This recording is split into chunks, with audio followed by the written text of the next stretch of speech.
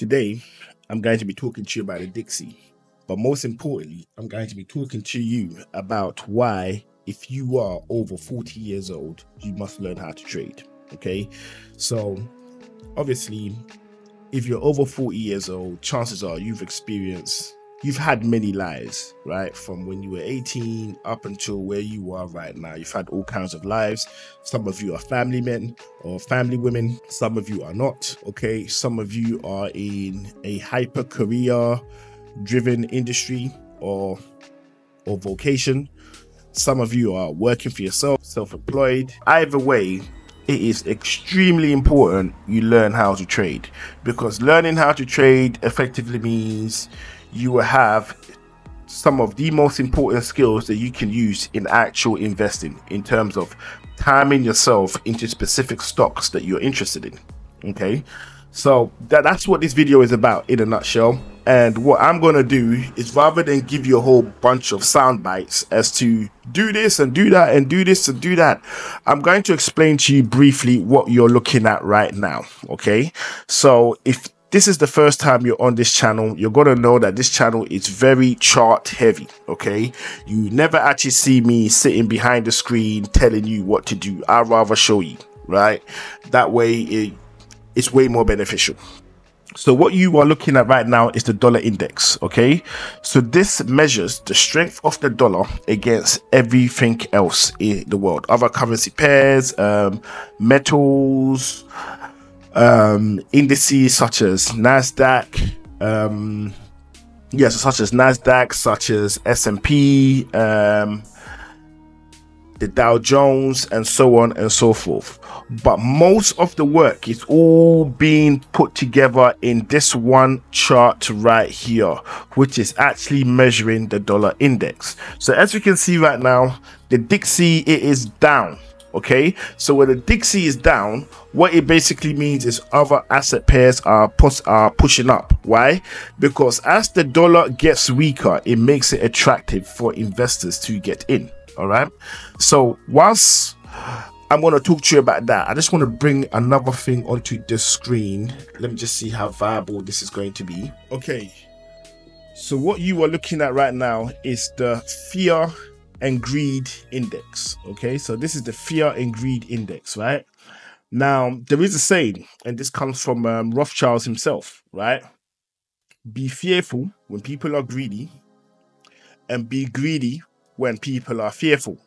And right now we're in the greed phase, which means you want to take it easy when you're making moves in the market. Now this is coming from CNN, right? CNN Business. So do with it as you will. But all you basically got to do to type into Google is the greed and fear index, and that will give you a rough idea as to how the sentiment for people are in this space of markets, market speculations, etc. So this is mainly based on assets. There are ones for cryptos as well.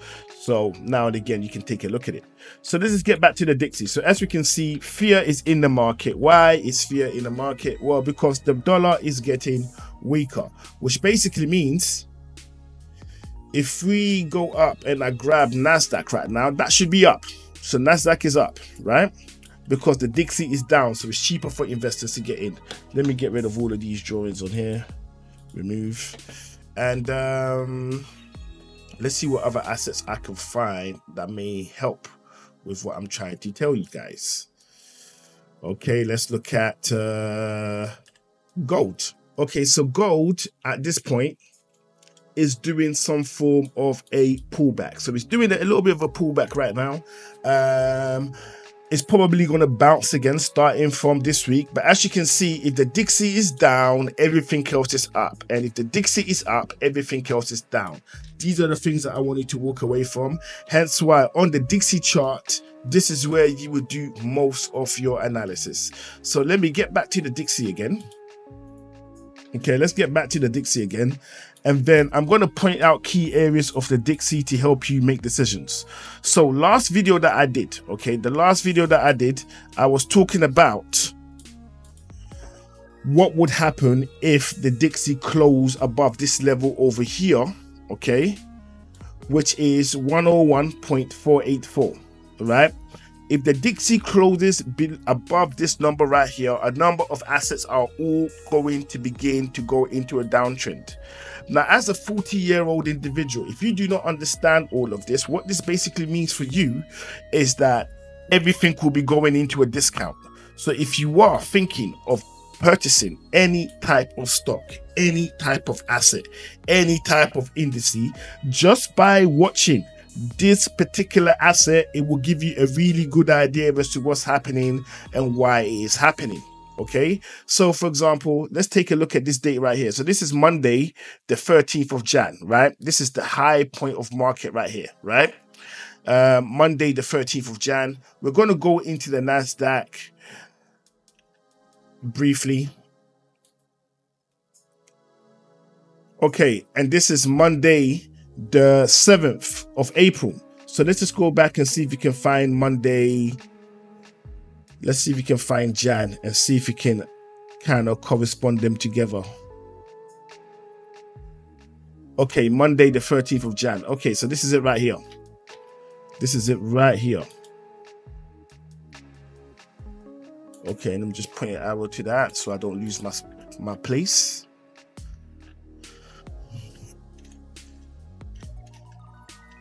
Sorry, just trying to find the Dixie again. Monday, 13th of Jan.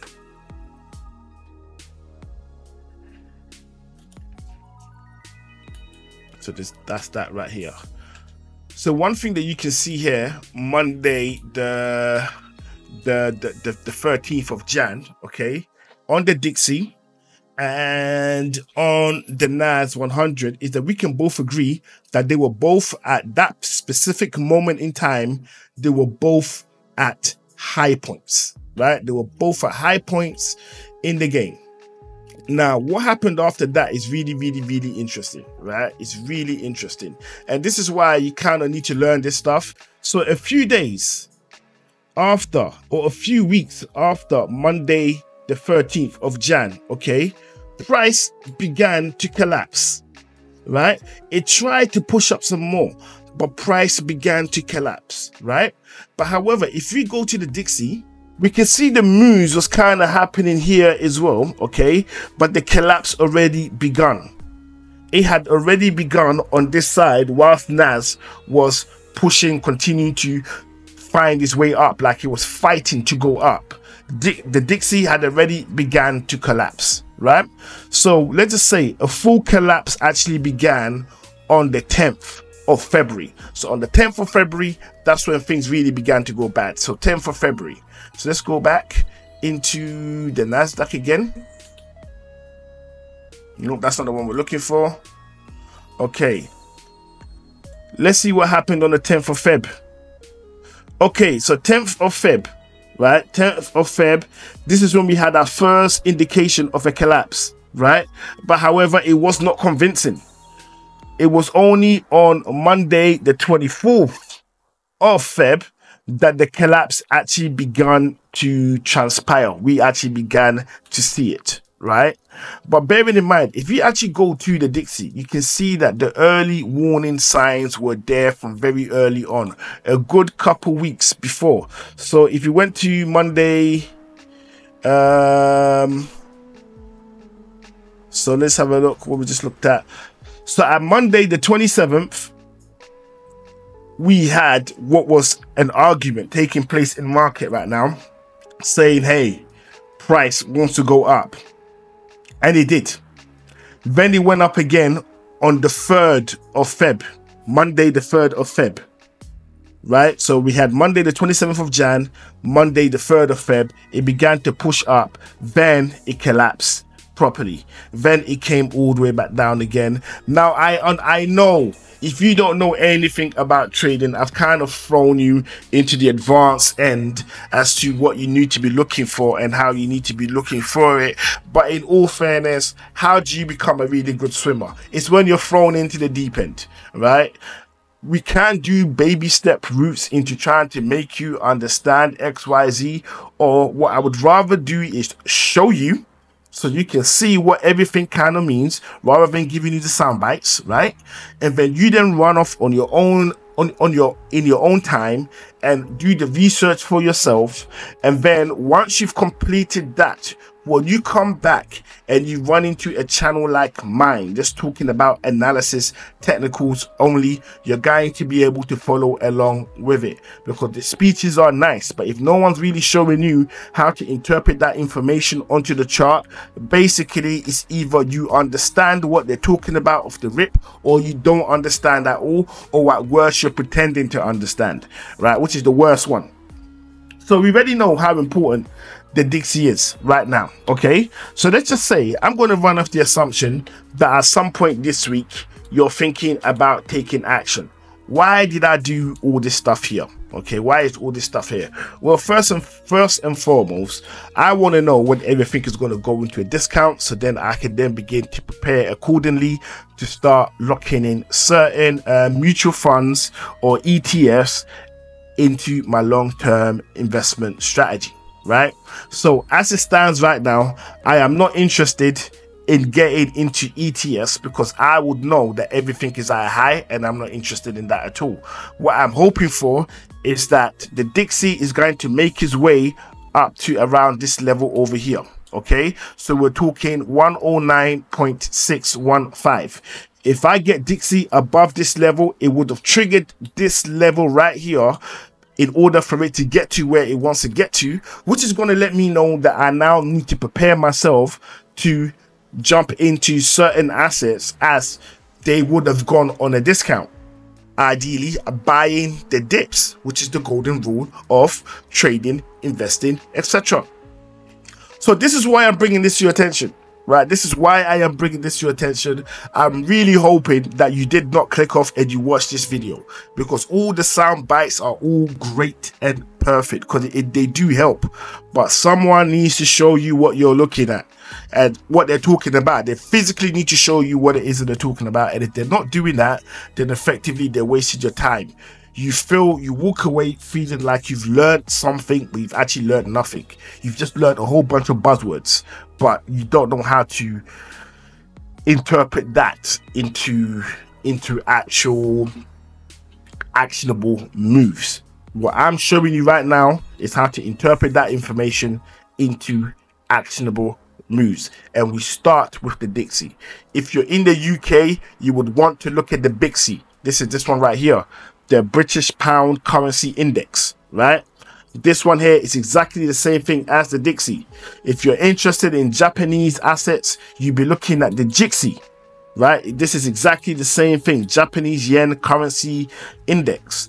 If you're interested in the Euro, you'll be looking at their YXY, and it's exactly the same thing. And one thing that you notice with the Euro, index is pretty much the same as Euro USD currency pair. So this chart is practically identical to that.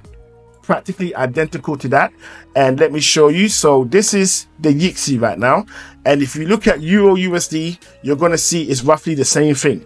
This is Euro USD.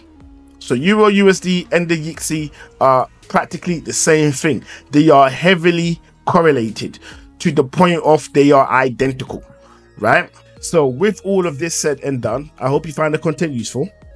Make sure you hit the subscribe button, turn on the notification, drop us a like, especially if you're new. I release videos every single day on different assets that we are looking at to make sure that we're always on the right side of the market and we're always able to collect the coins that we so need so desperately for all the cool things that we want out of this life.